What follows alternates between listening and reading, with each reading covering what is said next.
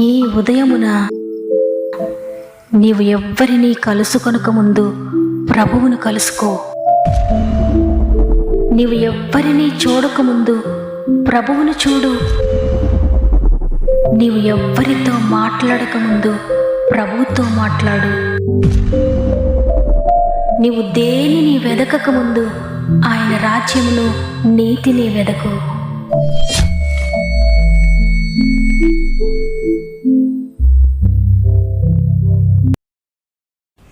Praise the lord. ఈ ఉదయకాలమున God first అనే వాగ్దాన కార్యక్రమానికి హృదయపూర్వకంగా మిమ్మల్ని అందరినీ ప్రేమతో ఆహ్వానిస్తూ ప్రభు నామంలో నా యొక్క ప్రత్యేకమైన శుభములు మీ అందరికీ తెలియజేస్తున్నాను. ప్రియ సహోదరి, ప్రియ సహోదరుడా, దేవుని కృపలో ఆయన దయలో మీరు మీ కుటుంబాలందరూ కూడా బాగున్నారని నమ్ముతున్నాను. గతించిన వారమంతా దేవుడు మనతో ఉండి మనకు సహాయకుడుగా ఉండి మనకు వ్యతిరేకమైన పరిస్థితుల్లో, ఆపదల్లో, అక్కరల్లో కూడా తన సహాయాన్ని మనకు అందించి నూతన వారంలోనికి మనల్ని ప్రవేశపెట్టారు. అందుని బట్టి దేవునికి స్తుతి చెల్లిస్తూ ఉన్నాను. మనం బాధపడుతూ కలవరంతో, దిగులుతో, కన్నీటితో ఉండడం ఆయనకి ఇష్టం లేదు. అందువల్లే ఉదయాన్నే దేవుడు మనతో మాట్లాడుతున్నారు, మనల్ని ధైర్యపరచాలని, మనల్ని సమాధానపరచాలని. అందువల్ల దేవుని మాట తీసుకొని, మీరే నాకు దిక్కయ్యా, నీవు తప్ప మాకు వేరే ఆశ్రయం లేదయ్యా, నీవే నా దేవుడు అయ్యా, ఈ లోకంలో నీవు తప్ప ఎవ్వరూ లేరయ్యా అని హృదయపూర్వకంగా ప్రార్థిస్తూ ఈ వాగ్దానాన్ని వినండి. ఈ వారమంతా దేవుడు మీకు తోడుగా ఉండి మిమ్మల్ని నడిపించునుగాక. అదేవిధంగా సమస్యలో, శోధనలో ఉంటే తప్పకుండా మీ ప్రార్థన విన్నపములు కామెంట్ రూపంలో నాకు తెలియచేయండి. దేవుడు నా హృదయంలో పెట్టిన భారమును బట్టి మీ అందరి కొరకు మేము ప్రార్థిస్తున్నాం. ప్రార్థన త్రోసివేయని ప్రభువు తప్పకుండా మన ప్రార్థనలకు జవాబు ఇస్తారు. ప్రార్థించండి, గొప్ప జవాబులు, గొప్ప విడుదలను పొందుకోండి. సమస్త మహిమ, ఘనత, ప్రభావంలో దేవునికి చెల్లునుగాక. ఈ ఆదివారమున, ఈ పునరుత్థాన దినమున దేవుడు మనకు అనుగ్రహిస్తున్న శ్రేష్టమైన వాగ్దానం యోహాను సువార్త 14వ అధ్యాయము 27వ వచనము. మీ హృదయమును కలవరపడనీయకుడి, వెరవనీయకుడి. ఆమేన్. ఈరోజు ఈ వాగ్దానాన్ని వింటున్న ప్రియ సహోదరి, ప్రియ సహోదరుడా, లోకంలో జరుగుతున్న అన్యాయాన్ని చూచి ఎవ్వరూ న్యాయం చేసేవారు లేరు అని మీ హృదయంలో కలవరపడుతున్నారా? ఈరోజు నిజంగానే క్రైస్తవ లోకమంతా హృదయం నిండా కలవరంతో ఉన్నారు. గుండె చెదిరిన పరిస్థితుల్లో, గుండె బరువుతో, బాధతో ఉన్న పరిస్థితులు ఉన్నాయి. ఎందుకంటే ఈ లోకము భయంకరమైంది. పరిశుద్ధతకు చోటు లేదు, పవిత్రతకు చోటు లేదు, న్యాయానికి చోటు లేదు, ధర్మానికి చోటు లేదు. ఇంకెవరు మాకు న్యాయం జరిగిస్తారో, ఇంకెవరు మా పక్షంగా ఉన్నారు అని కలవరపడుతున్న మీతో దేవుడు మాట్లాడుతున్నారు. మీ హృదయంలోని కలవరపడనియద్దు, వెరవనియద్దు, భయపడొద్దు, జడియొద్దు. ఈ లోకం ఇచ్చినట్లు కాకుండా నా శాంతిని మీకు అనుగ్రహిస్తాను, నా సమాధానంతో మిమ్మల్ని నింపుతాను, మీ గుండె బాధను నేను తొలగిస్తాను, త్వరలోనే తప్పక నేను న్యాయం జరిగిస్తానని ఈరోజు దేవుడు వాగ్దానం చేస్తూ ఉన్నారు. ఈ లోకంలో జీవిస్తున్న ప్రతి మనిషి జీవితంలో, ప్రతి కుటుంబంలో అనేకమైన కలవరాలు. కలవరం లేని రోజు లేదు, కలవరం లేని గంట లేదు. భూమంతా కూడా భయంకరమైన కలవరంతో నిండిపోయింది. ఈరోజు ఈ మాటలు వింటున్న మీ జీవితంలో ఎంత కలవరంతో నిండి ఉన్నారో, ఏ ఏ పరిస్థితులు మిమ్మల్ని కలవరానికి గురి చేస్తున్నాయో నాకు తెలియదు, కానీ ఈ భయంకరమైన బాధ నుండి ఎవరైనా విడిపించేవారు ఉన్నారా? నా కలవరాన్ని తీసివేసేవారు ఎవరన్నా ఉన్నారా అని నిరాశ చెంది మీ అశాంతి నుండి, మీ కలవరాన్ని నుండి బయటపడడానికి ఒకవేళ వ్యసనాల పాలయ్యారా? ఇది చూస్తే నాకు కొంచెం సేపు శాంతిగా ఉంటుంది, ఇది త్రాగితే కొంచెం సేపు శాంతిగా ఉంటుంది, ఇది చేస్తే నేను కొంచెం సేపు నెమ్మదిగా ఉంటాను, నా కలవరాన్ని నేను మర్చిపోతానని వ్యసనాలతో, దేవునికి ఇష్టం లేని పనులతో దేవునికి దూరం అయిపోయి ఉన్నారా? ఈరోజు దేవుడు మాట్లాడుతున్నారు, మీ హృదయంలో కలవరపడనీయకండి, వెరవనీయకండి. నా దగ్గరకు రండి, నా శాంతి నీకు ఇస్తాను. నీ వ్యసనాలు నీకు ఇవ్వలేని నెమ్మదిని, దేవునికి దూరం చేస్తున్న ఆ పనుల వల్ల నీవు పొందలేని శాంతిని నేను నీకు ఇస్తాను. అది శాశ్వతమైన శాంతి, శాశ్వతమైన నెమ్మది. కాబట్టి మీరు ఎంత మాత్రం కలవరపడద్దు. ఏ పరిస్థితి ఏ విధంగా ఉన్నా ప్రతి పరిస్థితిలో కూడా మీకు శాంతినిస్తాను, నెమ్మదినిస్తాను అని దేవుడు ఈరోజు వాగ్దానం చేస్తున్నారు. కాబట్టి ఈ అశాంతితో నేను మరణించాలా, ఈ కలవరంతో నేను ముగించాలి ఈ జీవితాన్ని ఎంత మాత్రం ఆలోచించొద్దు. దేవుని శక్తిని ఆశ్రయించండి. ఆయన తన శక్తితో నిన్ను నింపి నీ జీవితంలో నిన్ను కలవరపరిచే పరిస్థితులు ఎంత భయంకరమైనవైనా, నీ హృదయాన్ని బాధపరిచే పరిస్థితులు ఏమున్నా ఆ శ్రమల్లోనే నీకు నెమ్మదిని, ఆ శ్రమల్లోనే నీకు శాంతిని, కలవరపెట్టే పరిస్థితుల్లో కూడా కలవరపడకుండా నెమ్మదితో ఉండే బ్రతుకును దేవుడు నీకు దయచేస్తాడు. ఎందుకంటే ఆయనపై ఆనుకున్న వారిని పూర్ణ శాంతి గలవారిగా చేస్తాడు ఆయన. ఈరోజు ఈ మాటలు వింటున్న మీలో అనేక కుటుంబాలు కలవరంతో ఉన్నాయి. అనేక మంది భార్యాభర్తలు కలవరంతో ఉన్నారు. అనేక మంది కుటుంబాల్లో బిడ్డలను గురించి కలవరపడుతూ ఉన్నారు. వారి వివాహాలను గురించి కలవరపడుతున్నారు. వారి భవిష్యత్తును గురించి ఎంతో కలవరంతో నిండిపోయి ఏమవుతుందో తెలియనట్లుగా ఉన్నారు. వారి ఆత్మీయ స్థితిని గురించి కలవరపడుతున్నారు. వీరింకా రక్షించబడతారా, నా కుమారుడు మార్పు చెందడా అనే కలవరంతో అనేక మంది వాగ్దానాన్ని వింటూ ఉన్నారు. అనేక మంది ఉద్యోగ పరిస్థితులను బట్టి కలవరంతో ఉన్నారు. అనేక మంది వ్యాపారాల్లో కలవరంతో ఉన్నారు. అనేక మంది ఆర్థిక విషయాల్లో చితికిపోయి అప్పులు కట్టలేక గుండె బరువుతోనే జీవితాన్ని కొనసాగిస్తూ ఉన్నారు. అంతేకాకుండా అనేక మంది వారి భవిష్యత్తును గురించి కలవరపడుతూ ఉన్నారు. భయంకరమైన కన్ఫ్యూజన్లో ఉన్నారు. ఏమవుతుందో, ఎలా ఉంటుందో, పరిస్థితులు చూస్తే ఎంత మాత్రమో పరిస్థితులను చూస్తే న్యాయం లేదు, పరిస్థితులను చూస్తే న్యాయం లేదు, ధర్మం లేదు, అంతా అన్యాయమే జరుగుతుంది. మా కుటుంబాలు ఎలా ఉంటాయో, మా పరిచర్య ఎలా ఉంటుందో, మా సేవా జీవితం ఎలా ఉంటుందో, ఈ భారతదేశంలో, ఈ ఆంధ్ర తెలంగాణ రాష్ట్రాల్లో క్రైస్తవుల పరిస్థితి ఎలా ఉండబోతుందో అని కలవరపడుతూ ఉన్నారా? ఈరోజు అందుకే దేవుడు నీతో మాట్లాడుతున్నారు. ఎంత మాత్రం కలవరపడద్దు, ఎంత మాత్రం గుండె బరువుతో ఉండొద్దు. గుండె చెదిరిన వారిని బాగు చేసేవాడని నేనున్నాను. నేను తప్పక న్యాయం జరిగిస్తాను. భయపడకండి, కలవరపడకండి. మీ కుటుంబ పరిస్థితులు ఏ విధంగా ఉన్నా నాపై ఆధారపడండి. నేను మీ జీవితంలో అద్భుతం జరిగిస్తానని దేవుడు మాట్లాడుతూ ఉండగా, ప్రియ దేవుని బిడ్డలారా, కలవరపడకండి. ఏ పరిస్థితులు ఏ విధంగా ఉన్నా ఆయన కొరకు నిలువబడిన వారి కొరకు ఆయన నిలువబడతాడు. ఆయన నీ ప్రక్కగా ఉండగా ఇక నువ్వు భయపడాల్సిన అవసరం లేదు.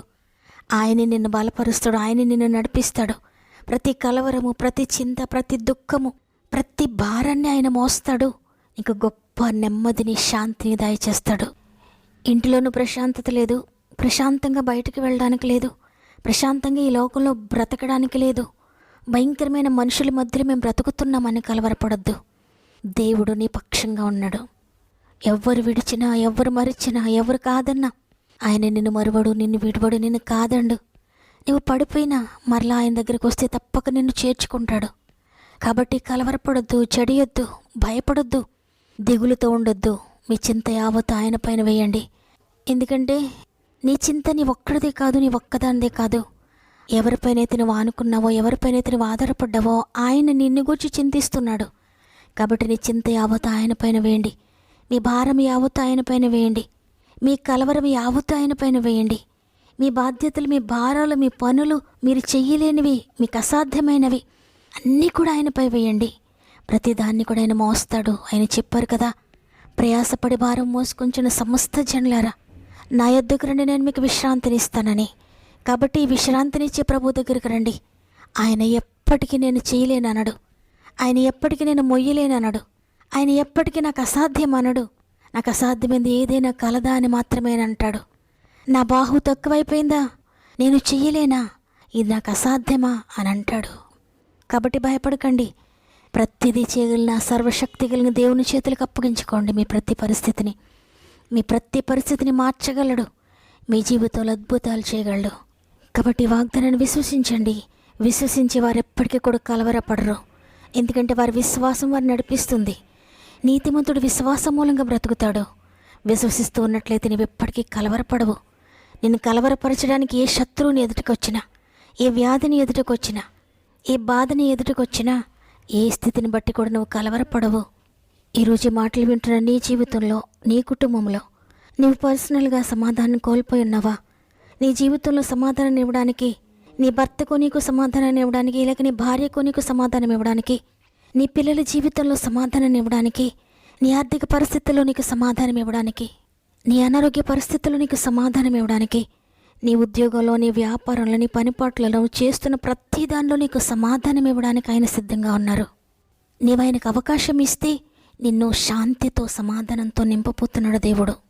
ఈరోజు ఈ మాటలు వింటున్న మీ జీవితంలో అన్నీ కలిగి ఉన్నా ఒకవేళ శాంతిని కోల్పోయి, సమాధానం కోల్పోయి ఉన్నారా? సమాధానకర్త అయిన దేవుని నా జీవమా భయమేలని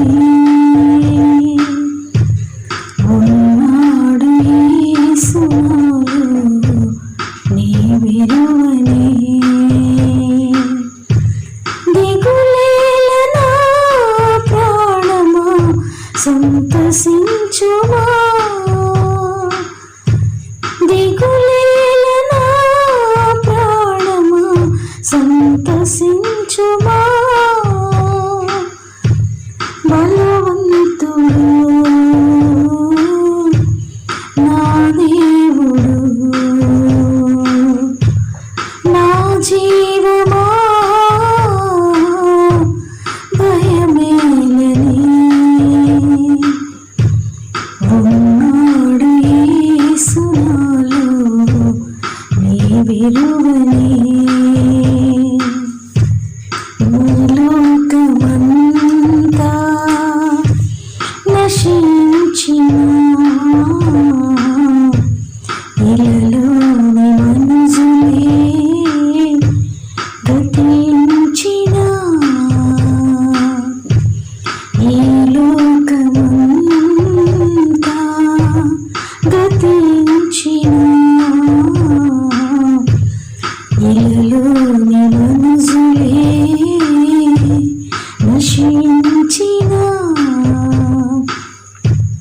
కొండలి కూలినా తుఫాను రేగినా కొండలి కూలినా తుఫాను రేగినా విడనాడడు ఎడబాయడు నా జీవమా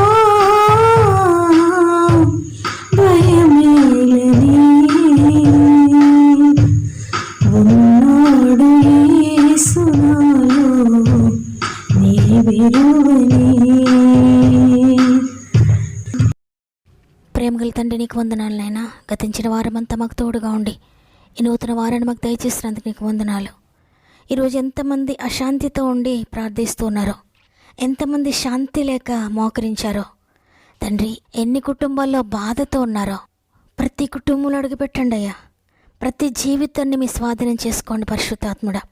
ప్రతి కుటుంబము, ప్రతి జీవితము సమాధానంతో నింపబడుతురుగా కేస్తున్నామములో.